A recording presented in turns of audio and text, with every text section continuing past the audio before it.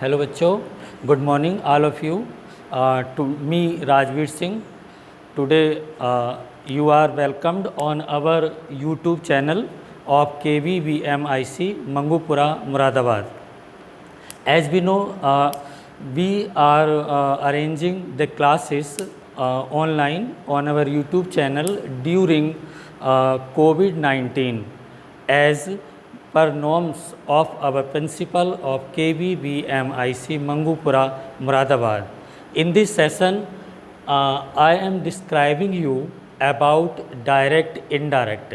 First of all बच्चों हम ये जानेंगे कि डायरेक्ट इनडायरेक्ट क्या होता है, व्हाट इज़ नरेशन, नरेशन क्या होता है, and what is direct and indirect. तो डायरेक्ट का मीन्स होता है बच्चों कोई भी बात ऐसे ही प्रत्यक्ष रूप से किसी भी बात को ऐसे ही बोल देना डायरेक्ट कहलाता है. जैसे सपोज करो आपने कोई बात कही तो आपने प्रत्यक्ष रूप से प्रधानाचार्य जी के सामने या राजीव जी के सामने कोई बात ऐसी डायरेक्टली बोल दी तो वो कहलाता है डायरेक्ट. और इनडायरेक्ट का मीन्स होता है यानी कि अप्रत्यक्ष रूप से, अर्थात किसी के द्वारा या अपनी बात को रूप बदल के बोलना, उसको हम कहते हैं इनडायरेक्ट. और नरेशन का मतलब होता है संवाद, यानी कि प्रत्यक्ष और अप्रत्यक्ष संवाद. Is that clear? तो इसी क्रम में आज हम देख रहे हैं डायरेक्ट से इनडायरेक्ट. ये मैंने यहाँ लिखा हुआ है topic, direct and indirect narration. तो डायरेक्ट का मीन्स मैं आपको बता चुका हूँ, यानी प्रत्यक्ष रूप से, और इनडायरेक्ट का मतलब होता है अप्रत्यक्ष, और नरेशन का मतलब होता है संवाद. तो यानी प्रत्यक्ष एवं अप्रत्यक्ष संवाद. तो हम जानते हैं कि डायरेक्ट से इनडायरेक्ट कितने प्रकार का हम लोग बनाते हैं. तो सबसे पहले हम देखेंगे डायरेक्ट नरेशन जो होता है वो 5 टाइप से बनता है, यानी कि जो सेंटेंस होते हैं वो हमारे 5 टाइप्स होते हैं. सबसे पहले टेंस तो अलग होता है, लेकिन सेंटेंस जो होता है वो 5 टाइप्स में आता है. तो 5 टाइप्स में असर्टिव सेंटेंस आते हैं. असर्टिव सेंटेंस के 2 पार्ट्स होते हैं, affirmative and negative. After that interrogative sentence. After that हम देखते हैं imperative sentence, and then exclamatory sentence, and in the end optative sentence. First of all today assertive sentence. आज हम असर्टिव सेंटेंस को direct से indirect बनाना सीखेंगे. Is it clear? अब आप यहाँ देखिए सेंटेंस लिखा हुआ है, Ram says to me, comma inverted comma begin, brother is in the room. तो आपने ये देख लिया, लेकिन कोई भी स्टूडेंट नरेशन तभी चेंज कर पाएगा जब वो जान ले कि रिपोर्टिंग वर्ब क्या है और रिपोर्टेड स्पीच क्या है. इसके जो रूल्स हैं वो मैं आपको PDF में सेंड कर दूंगा. आप उन रूल को स्टडी कर लेंगे. आफ्टर दैट फिर आप नरेशन को चेंज करेंगे. तो हमारा इसमें देख सकते हैं हमारे पास 2 पार्ट हैं. फर्स्ट पार्ट हमारा होता है रिपोर्टिंग वर्ब, सेकंड पार्ट हमारा होता है रिपोर्टेड स्पीच. अब ये कैसे क्लियर होगा? सेंटेंस में एक हमारे पास ये कॉमा होता है और ये इन्वर्टेड कॉमा. इजीली आप इसको इस तरह आइडेंटिफाई कर सकते हैं कि जो इन्वर्टेड कॉमा के अंदर क्लोज होता है. Is it clear? आप ये देख सकते हैं. अगर आप पहचानते नहीं तो आप साइन देख लीजिए इन्वर्टेड कॉमा का. तो इस तरह के साइन के अंदर जो स्पीच, जो सेंटेंस क्लोज होगा, that will be reported speech. Is it clear? और जो इन्वर्टेड कॉमा के आउट यानी बाहर होगा, that is reporting verb. Clear हो गया? पहचान लेंगे रिपोर्टिंग वर्ब क्या हुई, राम सेज टू मी. अब रिपोर्टिंग वर्ब में भी पार्ट होते हैं, जैसे ये है, इसको हम क्या कहेंगे, रिपोर्टिंग वर्ब का सब्जेक्ट कहते हैं. और ये हमारा रिपोर्टिंग वर्ब का क्या होता है, ऑब्जेक्ट कहते हैं. Is it clear? अब हमारा हुआ सब्जेक्ट क्या हो गया हमारे रिपोर्टिंग वर्ब में, राम. वर्ब क्या हुई, सेज टू, और ऑब्जेक्ट क्या हुआ, मी. क्लियर? अब हम इसको इनडायरेक्ट नरेशन में चेंज करेंगे. तो इनडायरेक्ट नरेशन में चेंज करने के लिए हमारे कुछ रूल्स होते हैं. तो फर्स्ट रूल क्या है? फर्स्ट रूल है कि इफ़ आवर रिपोर्टिंग वर्ब, पहले मैं इंग्लिश में आपको डिस्क्राइब कर रहा हूँ, if our reporting verb is in present और future tense, there will be no change in reported speech. Is that clear? Hindi में इसको समझ लीजिए कि यदि हमारा रिपोर्टिंग वर्ब प्रेजेंट और फ्यूचर टेंस का होता है तो रिपोर्टेड स्पीच के टेंस के वर्ब में कोई चेंज नहीं होता. केवल हम कंजंक्शन दैट से वाक्य को कंबाइन कर देंगे. क्लियर? अब कंजंक्शन दैट कहाँ पर लगता है, जहाँ हमारा ये कॉमा और ये इन्वर्टेड कॉमा होते हैं, इनको रिप्लेस करके इनके स्थान पर हम कंजंक्शन दैट लगाते हैं. लेकिन ऐसा केवल आज हम असर्टिव सेंटेंस से पढ़ रहे हैं, ठीक है। तो फर्स्ट रूल हुआ। अब हमारे पास ये सेंटेंस में रिपोर्टिंग वर्ब थी सेज, आप देख सकते हैं। तो सेज कौन से टेंस में है बच्चों? Present indefinite. कैसे पता कि प्रेजेंट इंडेफिनिट है? तो प्रेजेंट इंडेफिनिट टेंस की जो पहचान है वो क्या बताई गई थी आपको, यानी कि वर्ब की फर्स्ट फॉर्म में एस आता है या एस आता है, और अगर हमारा सब्जेक्ट प्लूरल होगा तो वर्ब की फर्स्ट फॉर्म आती है। Is it clear? Future tense में क्या होता है वो मैं अगले एग्जाम्पल में आपको बताऊंगा। तो फर्स्ट ऑफ ऑल आपने क्लियर किया कि this is reporting verb in present tense. Is it clear? Now the rule to change in indirect narration. सबसे पहले हम ये देख रहे हैं बच्चों कि सेज टू अगर हमारा दिया होता है रिपोर्टिंग वर्ब में, तो हम सेज टू को चेंज करते हैं किसमें? टेल्स में, लेकिन केवल असर्टिव सेंटेंस में करेंगे।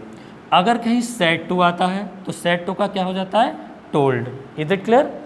आफ्टर दैट अगर कहीं पर से आता है विदाउट टू तो हम से का से रहने देंगे। अगर कहीं पर सैड आता है विदाउट टू तो सैड का सैड ही रहेगा। Is it clear? और कंजंक्शन दैट से हम वाक्य को कंबाइन कर देंगे। क्लियर हो गया? अब हमारा ये सेंटेंस था नरेशन डायरेक्ट में, Ram says to me brother is in the room. अब इसका इनडायरेक्ट नरेशन होगा राम टेल्स मी। अब आप सोच रहे होंगे कि सर यहाँ पर तो सेज टू था, अब यहाँ पे टेल्स कैसे आ गया? ये मैं आपको पहले बता चुका हूँ कि सेज टू का क्या हो जाएगा? टेल्स। तो ये मैंने यहाँ पर टेल्स कर दिया, राम टेल्स मी। अब यहाँ पर ये कॉमा और इन्वर्टेड कॉमा था, इसको मुझे रिप्लेस करना था, मैं आपको पहले बता चुका हूँ। तो यहाँ पर हमने कंजंक्शन दैट रख दिया है, तो ये हो गया राम टेल्स मी दैट। अब रिपोर्टेड स्पीच में हमारा जो सब्जेक्ट है वो क्या था? Brother. Brother is in the room. अब आप देखिए कि हमारी जो रिपोर्टिंग वर्ब थी वो कौन से टेंस में थी? प्रेजेंट में। इसलिए हमने रिपोर्टेड स्पीच के टेंस के वर्ब में कोई भी चेंज नहीं किया है। Is it clear? नेक्स्ट, अभी मैं जो सेकंड एग्जांपल दे रहा हूँ वो फ्यूचर टेंस में दे रहा हूँ। यू कैन सी, जैसे हमने लिखा है यहाँ पर she will say, comma inverted comma, he has done his work. You can see। अब हमारा जो रिपोर्टिंग वर्ब है अब कौन से टेंस में आ गया? ये फ्यूचर टेंस में आ गया। कैसे पता लगा? फ्यूचर में क्या होता है? विल और शैल आता है। Is it clear? अब हम इसमें भी कोई चेंज नहीं करेंगे। जैसे मैंने आपको रूल बताया था कि यदि हमारा रिपोर्टिंग वर्ब प्रेजेंट और फ्यूचर टेंस में होता है there is no change in the reported speech. अब आप इसको बना दीजिए, सी विल से, अब यहाँ पर conjunction that, after that subject he, no change in verb, done his work. Is it clear? अब देखिए आप, तो हमने यहाँ पर रिपोर्टेड स्पीच में दो प्रकार से मैंने आपको नरेशन बताया, यानी प्रेजेंट टेंस में और फ्यूचर टेंस में। Is it clear? Thank you. हाँ, हेलो बच्चों, अब हम नरेशन में यानी डायरेक्ट नरेशन में सेकंड रूल को फॉलो करेंगे। तो what is the second rule in indirect narration? यानी कि जब हम डायरेक्ट से इनडायरेक्ट बनाएंगे तो उसमें हमारा सेकंड स्टेप क्या होगा, ये आज हम अब सेकंड रूल के अंडर हम जानेंगे। तो हम देख सकते हैं सेंटेंस लिखा हुआ है, सेकंड सेंटेंस में लिखा है Mohan said to me, comma inverted comma begin, the earth is round, full stop comma close. ये तो हम पहले पढ़ चुके हैं कि what is the reporting verb.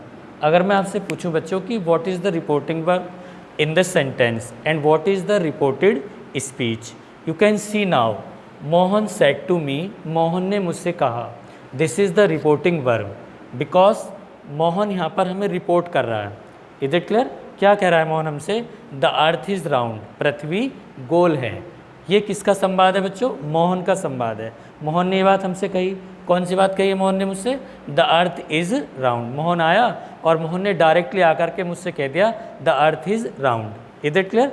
अब हम इसको इनडायरेक्टली प्रेजेंट करेंगे किसी के सामने, अदर पर्सन के सामने, तो हम इसको इनडायरेक्ट में कैसे प्रेजेंट करेंगे ये हम इस सेंटेंस में देखेंगे। क्लियर? तो अब हमारा इसमें जो सेकंड रूल लगेगा वो क्या है?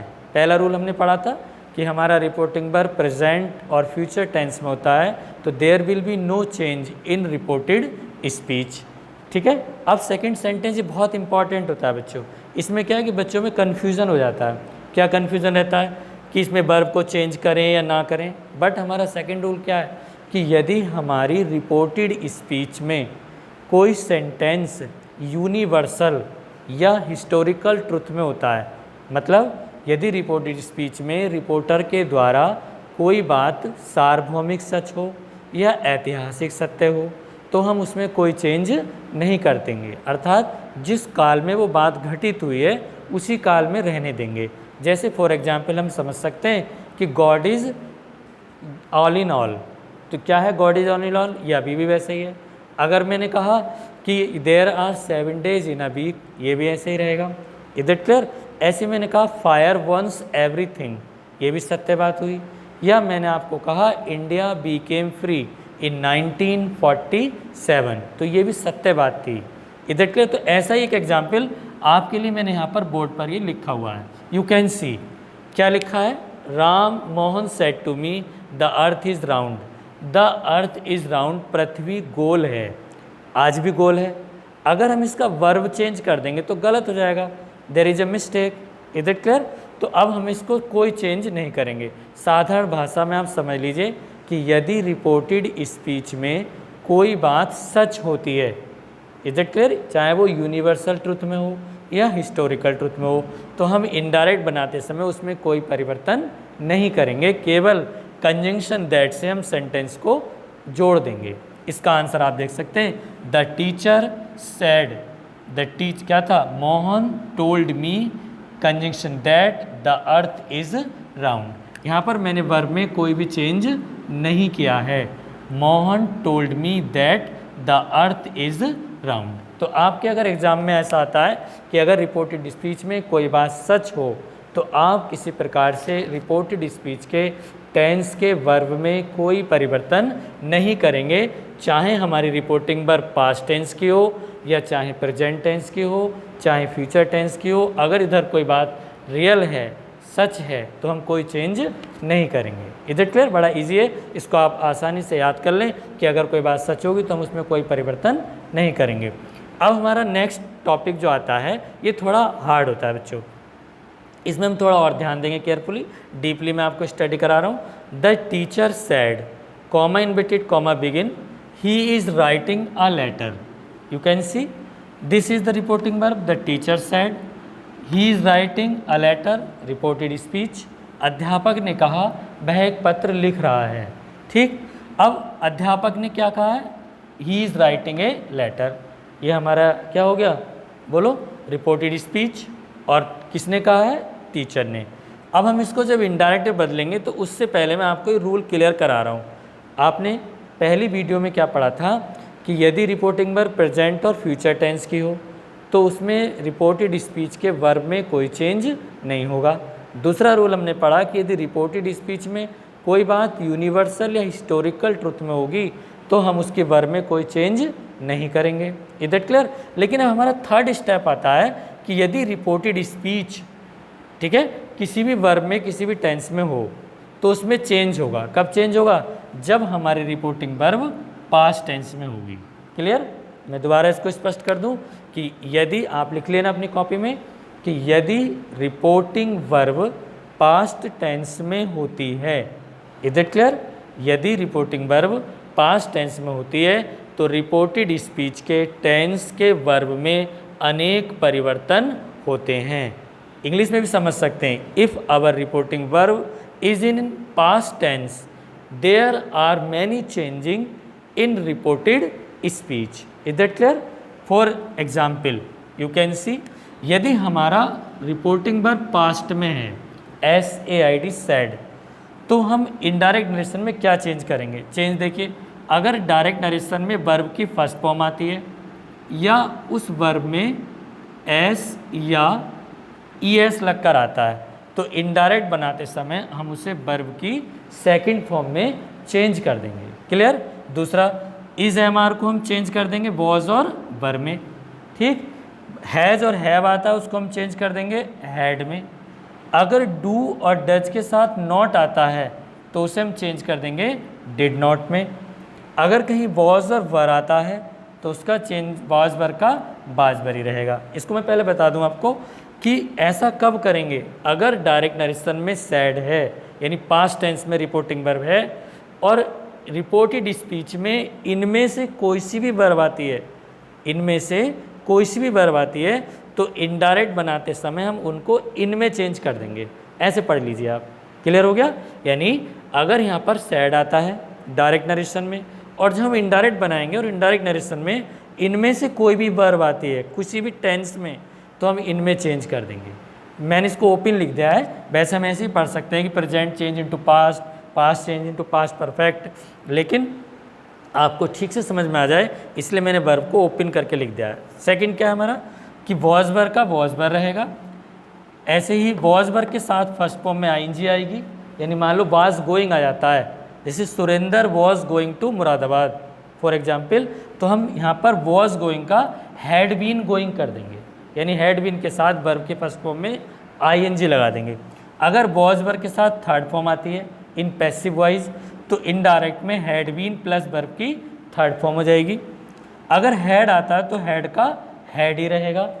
अगर वर्ब की सेकंड फॉर्म जैसे रॉट आ जाए, बेंट आ जाए, पोस्टेड आ जाए, कोई भी सेकंड फॉर्म आए या डिड के साथ वर्ब की फर्स्ट फॉर्म आए डायरेक्ट नरेशन में तो इनडायरेक्ट बनाते समय हैड प्लस वर्ब की थर्ड फॉर्म। इधर क्लियर, यानी डिड को हम हैड में चेंज कर देंगे और सेकंड फॉर्म का हम वर्ब की थर्ड फॉर्म कर देंगे। इधर क्लियर। नेक्स्ट थर्ड पॉइंट है हमारा फ्यूचर टेंस में। अगर फ्यूचर में विल आता है रिपोर्टेड स्पीच में और यहाँ पर सैड है रिपोर्टिंग वर्ब में तो हम बिल का वुड कर देते हैं, सेल का शुड, ये बहुत ही आसान है, बच्चे एकदम याद करते हैं कि बिल का वुड, सेल का शुड, कैन का कुड, मे का माइट, मस्ट का मस्ट। क्लियर। अब मैं इसमें थोड़ा सा आपको बता दूं कि अगर मान लो बिल के साथ हैव आ जाता है, सेल के साथ हैव आ जाता है, कैन के साथ कोई वर्ब आ जाती है, मे के, मस्ट के, तो हम केवल फर्स्ट वर्ब को ही चेंज करेंगे, सेकंड वर्ब को चेंज नहीं करेंगे। कैसे चेंज नहीं करेंगे, देखो मैंने बिल का वुड कराया, केवल बिल हैव का क्या हो गया बच्चों, वुड हैव, यानी बिल का वुड किया लेकिन हैव का हैव ही रहा। मान लो यहाँ था बिल गो तो हम बिल गो का क्या कर देते, वुड गो। ऐसे सेल गो होता तो शुड गो, मे गो तो माइट गो, मस्ट गो तो मस्ट गो। इधर क्लियर। अब मैं इसको आपको इन ब्रीफ यानी संक्षेप में मैं थोड़ा सा बता रहा हूँ कि यदि हमारा रिपोर्टिंग वर्ब पास्ट टेंस में होता है, इधर क्लियर, तो हम रिपोर्टेड स्पीच के टेंस के वर्ब में ये सारे परिवर्तन करते हैं। कौन कौन से परिवर्तन, अगर मान लो यहाँ सैड है और इन्वर्टेड कॉमा रिपोर्टेड स्पीच में वर्ब की फर्स्ट फॉर्म आएगी तो इनडायरेक्ट बनाते समय second form, is am are में से कोई आता है तो बाज बर कर दें, अकॉर्डिंग टू सब्जेक्ट, सब्जेक्ट के अनुसार करेंगे, हैज हैव का हैड कर दें, डू डज नॉट का डिड नॉट कर दें, बाज बर का वॉज बर ही रहने देंगे। जैसे Ashok was a emperor, Ashok का was the emperor of India तो यहाँ वॉज का वॉज ही रहेगा। ठीक है। वॉज बर के साथ आईएनजी आएगी तो हैड बीन आईएनजी हो जाएगा, बाज बर के साथ थर्ड फॉर्म तो had been plus third form, had का हैड और second form plus did, did plus verb की first form change into had plus verb की third form. Is it clear. तो ये अब सेंटेंस लास्ट में मैं आपको समझा रहा हूँ, the teacher said he is writing a letter. तो आप देख सकते हैं ये रिपोर्टिंग वर्ब पास्ट टेंस है, सैड से की सेकंड फॉर्म है तो द टीचर सैड, सैड का सैड ही रहा, the teacher said that, conjunction that आ गया, ही का ही थर्ड पर्सन है, नो चेंज। ये हम अगली मीटिंग में पढ़ेंगे कि पर्सन कैसे चेंज करते हैं। इधर क्लियर। तो अब हमने ही का ही रहने दिया। अब देखिए जो मेन चीज़ थी वो ये थी बच्चों, यहाँ पर डायरेक्ट नरेशन में क्या आया, इज आया तो इज को मैंने चेंज कर दिया। आप देख सकते हैं इज हमारा क्या होता है, वॉज या वर, तो यहाँ पास्ट टेंस था इसलिए मैंने इज का वॉज कर दिया, he was writing a letter. इधर क्लियर। Thank you. हाँ बच्चों, अभी मैंने आपको डायरेक्ट नरेशन में जो रूल आपको स्टडी कराए थे यानी पढ़ाए थे तो उसमें एक तो रिपोर्टिंग वर्ब का मैंने आपको बताया था कि रिपोर्टिंग वर्ब के अनुसार इनडायरेक्ट नरेशन में हम कौन कौन से चेंज रिपोर्टेड स्पीच के वर्ब में करते हैं और कब कब हम चेंज नहीं करते।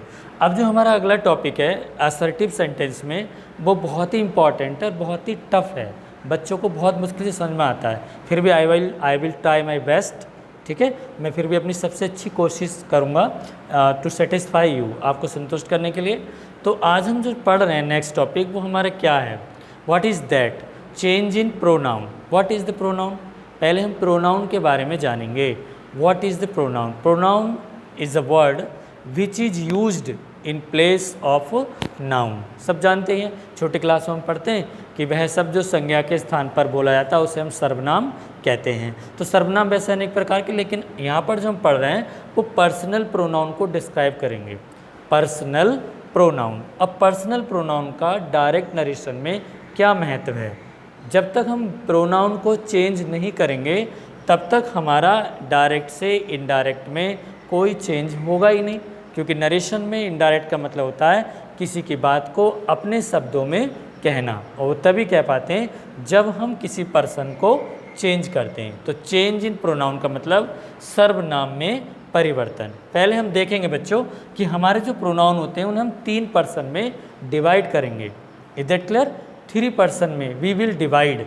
कैसे डिवाइड करेंगे? देखिए, फर्स्ट पर्सन प्रथम पुरुष, सेकंड पर्सन द्वितीय पुरुष, थर्ड पर्सन तृतीय पुरुष। Is that clear? तो फर्स्ट पर्सन कौन होते हैं? फर्स्ट पर्सन हम खुद होते हैं, जैसे कि मैं। सबसे आसान तरीका कि जो शब्द आप या मैं कोई भी अपने लिए यूज करता है हिंदी और इंग्लिश में, वो फर्स्ट पर्सन होते हैं। आप बोल के देखिए अपने आप को। आप बोलेंगे मैं यानी आई, फर्स्ट पर्सन हो गया मैं, ठीक है। मेरा, माई, यानी जो शब्द अपने लिए यूज होंगे दैट इज फर्स्ट पर्सन। जैसे आप देख सकते हैं आई माने मैं, माई पॉसेसिव केस में मेरा, माइन। मैं माइन के बारे में आपको बता दूं, ये आपके लिए थोड़ा नया वर्ड हो सकता है। माइन क्या होता है बच्चों? ये भी पॉसेसिव केस आता है। जैसे कहीं पर हम पर्सनली कोई राइट रखते हैं, जैसे हम कहें कि ये मेरा है, ये मेरा है, तो आप कैसे बोलोगे? It's mine. आप बोलोगे it's mine. Is it clear? और अगर आप कहते हैं कि यह पुस्तक मेरी है, तो आप क्या बोलोगे? This is my book. This is my book. तो वहाँ पे मेरी की इंग्लिश माई लगेगी। लेकिन जब आप जोड़ देकर कहोगे कि ये मेरा है, तो आप क्या बोलोगे? It's mine. Is it clear? It's mine. ऐसे मैंने एक आपको मन लगाने के लिए सेंटेंस बोल दिया कि तुम मेरे हो। इस इंग्लिश में क्या बोलोगे आप? तुम मेरे हो। क्या बोलोगे? You are mine. तुम सिर्फ मेरे हो, you are only mine. Is it clear? You are only mine. तो ये आपको अब याद भी हो जाएगा इजीली सही बच्चों को कि माइन का प्रयोग क्या है। तो ऐसे मी मुझे, बी प्लूरल में आ जाएगा, हम, अगर हमारा पॉसेसिव केस अस हमें, ये प्लूरल में आ गया। नेक्स्ट सेकंड पर्सन आता है यू। यू क्या होता है बच्चों? जो हमारे सामने पर्सन बैठा होता है उसे हम सेकंड पर्सन बोलते हैं, अर्थात द्वितीय पुरुष। जैसे मैंने कहा आई विल टीच यू, तो यू माने तुम्हें, सेकंड पर्सन हो गया। योर तुम्हारा पॉसेसिव केस, यू ऑब्जेक्ट तुम्हें। थर्ड पर्सन वो होते हैं जो हमारे सामने प्रेजेंट नहीं होते हैं उस पल। जैसे मैंने कहा कि तुम्हारे पापा जी कहाँ हैं, तो आप क्या बोलोगे? कि मैं ऑफिस में हूँ, तो गलत हो जाएगा। आप कहोगे वह ऑफिस में हैं, क्योंकि वह आपके साथ यहाँ प्रेजेंट नहीं है। तो थर्ड पर्सन वो होते हैं जो उस समय हमारे साथ प्रेजेंट नहीं होते। मैंने कहा प्रधानाचार्य जी कहाँ हैं, तो आप कहेंगे सर तुम क्लास में हो, तो गलत हो जाएगा। आप कहोगे ही इज़ इन ऑफिस, वह ऑफिस में है, तो ही क्या हो गया? थर्ड पर्सन हो गया। तो ही थर्ड पर्सन, वह his possessive case, him object. She स्त्री के लिए आता है थर्ड पर्सन, हर अपने की अंग्रेजी पॉसेसिव केस, हर ऑब्जेक्ट। दे जो आता है प्लूरल में आता है, दे माने बे, प्लूरल मतलब एक से ज़्यादा। देयर पॉसेसिव केस और देम तुम, देम माने उन्हें, ये इसका ऑब्जेक्ट होता है। Is it clear? अब हम इसको चेंज कैसे करेंगे? चेंज करने के लिए पीडीएफ में रूल होंगे, पहली वीडियो मैंने आपको रूल भी दिए थे, फिर मैं आज एक बार शॉर्टली मैं आपको बता दे रहा हूँ कि रिपोर्टेड स्पीच के, ये तो आप जान चुके हैं पिछली 2 वीडियो में कि रिपोर्टेड स्पीच क्या होती है, रिपोर्टिंग वर्ब क्या होती है, कि रिपोर्टेड स्पीच के फर्स्ट पर्सन, देखो आई क्या यहाँ पे फर्स्ट पर्सन है, रिपोर्टेड स्पीच के फर्स्ट पर्सन के pronoun. Is it clear? Indirect narration में रिपोर्टिंग वर्ब के सब्जेक्ट के अनुसार चेंज होते हैं। Is it clear? यानी आई को मैं चेंज करूंगा किसके अनुसार? राम के। Is it clear? तो अब देखिए Ram told me, said to का हम पहले पढ़ चुके हैं, क्या हो गया? Told. Ram told me, conjunction that, assertive sentence है ये, कंजंक्शन दैट। अब यहाँ पर क्या कर दिया मैंने? ही क्यों कर दिया? आप मुझसे पूछिए कि सर यहाँ तो आई था, ही कैसे आ गया? आई जो था वो किसके लिए यूज हुआ था बच्चों? बोलो, राम के लिए, राम ने मुझसे कहा मैंने तुम्हें ये अनेक बार बताया है। किसने बताया मुझे बताओ? राम ने बताया है। ठीक है, तो ये आई जो प्रेजेंट हुआ है किसके लिए यूज हुआ है? राम के लिए। लेकिन अब मैं इसको इनडायरेक्ट में चेंज करूंगा, तो इस आई का मैं राम के अनुसार, राम पुरुष है और थर्ड पर्सन में है, तो इसलिए इस आई का आप देख सकते हैं राम के अनुसार क्या आ जाएगा? ही हो जाएगा। क्या हो जाएगा? ही। तो यहाँ पर हो गया आई का ही। वर्ब का चेंज हम सेकंड रूल में पढ़ चुके हैं। ये यहाँ पे हैव है और यहाँ सेड पास्ट टेंस है, तो इसलिए हैव का क्या हो गया? हैड। और टोल्ड थर्ड फॉर्म ऐसी रही। अब सेकंड पर्सन यू है, ये रहा यू, यू दो बार आता है, this is subject, this is object. तो यहाँ पर जो यू आ रहा है ये हम चेंज करते हैं ऑब्जेक्ट के अनुसार। Is it clear? अब इसका रूल क्या है कि रिपोर्टेड स्पीच के सेकंड पर्सन के प्रोनाउन रिपोर्टिंग वर्ब के ऑब्जेक्ट के अनुसार बदलते हैं। इसको इंग्लिश में समझ लो, यानी the object of second person in reported speech change according to the object of reporting verb. Is it clear? यानी सेकंड पर्सन के प्रोनाउन रिपोर्टेड स्पीच में रिपोर्टिंग वर्ब के ऑब्जेक्ट के अनुसार बदलते हैं। अगर कोई ऑब्जेक्ट इन केस यहाँ नहीं आता तो हम अपने अनुसार थर्ड पर्सन, फर्स्ट पर्सन या एज यू लाइक आप उसको चेंज कर सकते हैं और यू का यू भी रहने दे सकते हैं। ठीक है, तो अब ये बन गया यहाँ पर ही हैड टोल्ड। अब देखो मी कहाँ से आ गया? यू को मैंने चेंज किया मी के अनुसार। आप देख लीजिए यू ये रहा, तो यहाँ पर मैंने यू को मी के अनुसार चेंज किया, तो क्या हो गया? मी। मुझसे कहा है ना राम ने, तो भाई राम ने मुझसे बताया, मैंने तुम्हें अनेक बार बताया है।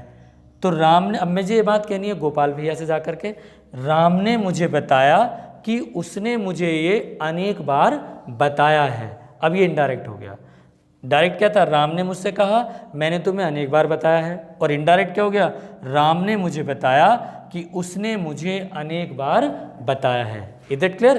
तो ये हमारा हुआ इनडायरेक्ट नेशन में चेंज इन प्रोनाउन। अब हम इसको शॉर्टली 1 मिनट में मैं आपको डिस्क्राइब कर सकता हूँ। इसको आप ऐसे ही पढ़ सकते हैं, सन अपॉन 1 2 3, यानी कि सन बटा 123। इससे शॉर्टली समझ सकते हैं। इस शॉर्ट ट्रिक है प्रोनाउन को समझने की। सन बटा 123 कैसे बताओ बच्चों? S4 क्या होता है? सब्जेक्ट, और 1 का मतलब फर्स्ट पर्सन, यानी कि फर्स्ट पर्सन के प्रोनाउन बदलेंगे रिपोर्टिंग वर्ब के सब्जेक्ट के अनुसार।